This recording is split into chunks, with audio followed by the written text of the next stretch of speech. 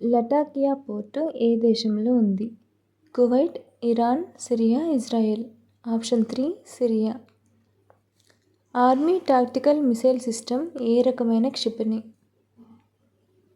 Option 4 surface to surface.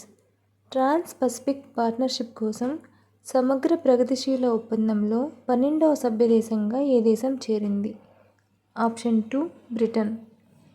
Football మాజీ క్రీడాకారుడు, parliament సభ్యుడు మిఖేల్ కవెలాష్విలి ఏ దేశానికి నూతన అధ్యక్షుడిగా ఎన్నికయ్యారు? Option 2 Georgia. ఆర్బీఐ జనవరి 1 నుంచి తాకట్టు లేని వ్యవసాయ రుణాల పరిమితిని 1.6 లక్షల నుంచి ఎన్ని లక్షలకు పెంచింది? ఆప్షన్ 4 2 లక్షలు. భారతదేశ గ్రీన్ గ్రోత్ కోసం $500 మిలియన్ రుణాన్ని ఏ సంస్థ ఆమోదించింది?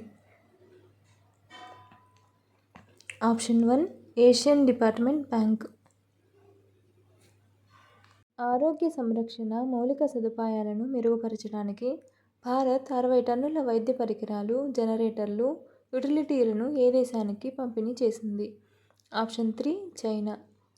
విజయ్ దివస్ ఏటా ఏ రోజున జరుపుకుంటారు? Option 3 December 16. ఉత్తరాఖండ్ ముఖ్యమంత్రి పుష్కర్ సింగ్ ధామీ డెహ్రాడూన్లో ప్రారంభించిన 10వ ప్రపంచ ఆయుర్వేద కాంగ్రెస్ ఆరోగ్య ఎక్స్పో 2024 థీమ్ ఏమిటి? Option 2 digital health in Ayurveda perspective. భారతీయ తబలా విద్వాంసుడు దివంగత జాకీర్ హుస్సేన్ను ఏ సంవత్సరంలో పద్మభూషణ్ వరించింది?